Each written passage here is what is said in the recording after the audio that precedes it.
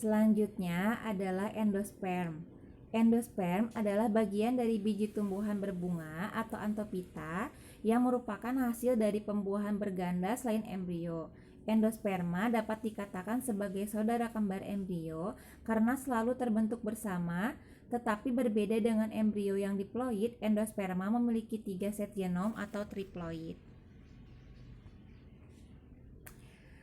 Fungsi endosperm: dalam biji yang matang, endosperm banyak mengandung bahan-bahan cadangan dalam bentuk karbohidrat, lemak, dan protein.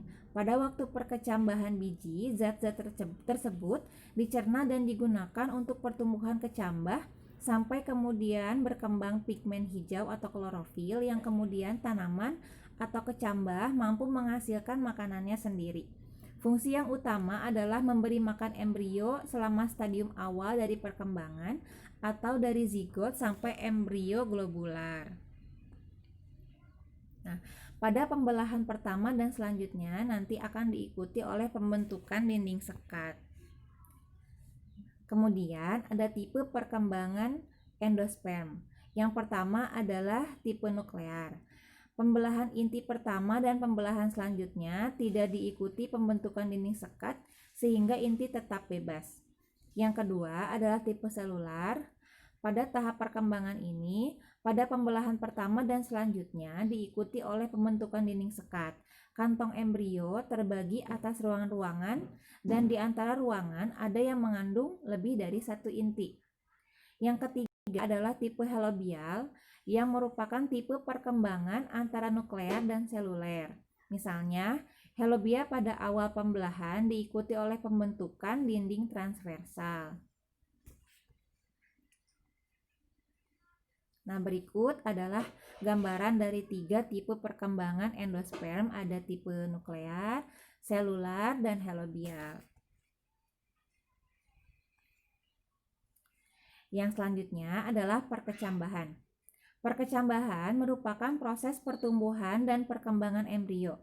Hasil perkecambahan ini adalah munculnya tumbuhan kecil dari dalam biji.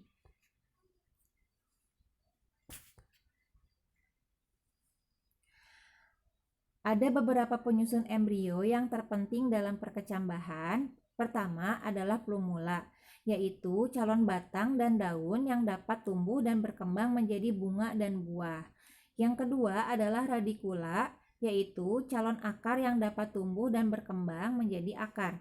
Yang ketiga adalah kotiledon, yaitu cadangan makanan untuk pertumbuhan embrio sampai terbentuk daun.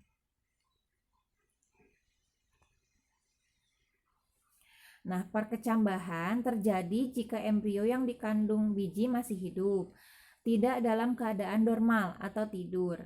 Kemudian biji berkecambah bila memperoleh cukup, suhu yang sesuai, serta penyinaran oleh cahaya matahari yang optimal.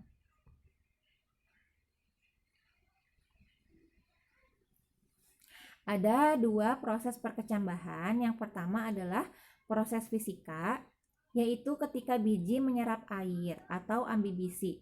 Penyerapan ini terjadi lewat mikrofil yang menyebabkan pecahnya testa atau kulit biji. Yang kedua adalah proses kimia, ketika pecahnya lapisan luar biji menyebabkan embrio melepaskan hormon gliberelin atau GA yang mendorong aleuron mengeluarkan enzim. Enzim menghidrolisis nutrisi yang tersimpan pada endosperm dan kotiledon. Selanjutnya, zat-zat yang telah terhidrolisis akan diserap oleh embrio selama pertumbuhan menjadi bibit tanaman.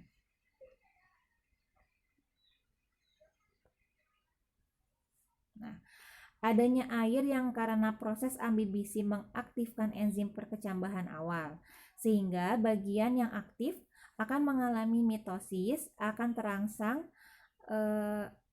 untuk melakukan pembelahan sel seperti di bagian radikula. Akibatnya radikula semakin membesar dan kulit atau cangkang itu akan terdesak ke dalam dan akhirnya pecah. Nah, seperti yang ada pada gambar ini. Selanjutnya ada tipe perkecambahan. Yang pertama, Perkecambahan ini ditandai dengan bagian hipokotil terangkat ke atas permukaan tanah. Kemudian kecambahan epigea terjadi pada tumbuhan dikotil. Yang ketiga, hipokotil tumbuh memanjang sehingga mengakibatkan kotiledon dan plumula sampai keluar ke permukaan tanah. Nah, perkecambahan ini dinamakan perkecambahan epigeal. Contohnya itu adalah pada tanaman kacang hijau dan kacang tanah. Selanjutnya ada perkecambahan hipogeal. Nah, perkecambahan ini ditandai dengan terbentuknya bakal batang yang muncul ke permukaan tanah, sedangkan kotiledonnya itu tetap berada di dalam tanah. Perkecambahan hipogeal terjadi pada tumbuhan yang monokotil. Contohnya itu kacang kapri, padi, dan lain-lain. Nah, mungkin itu saja yang dapat disampaikan dari Disa dan Fitri. Terima kasih telah menyimak materi ini. Mohon maaf atas segala kekurangan. Wassalamualaikum warahmatullahi wabarakatuh.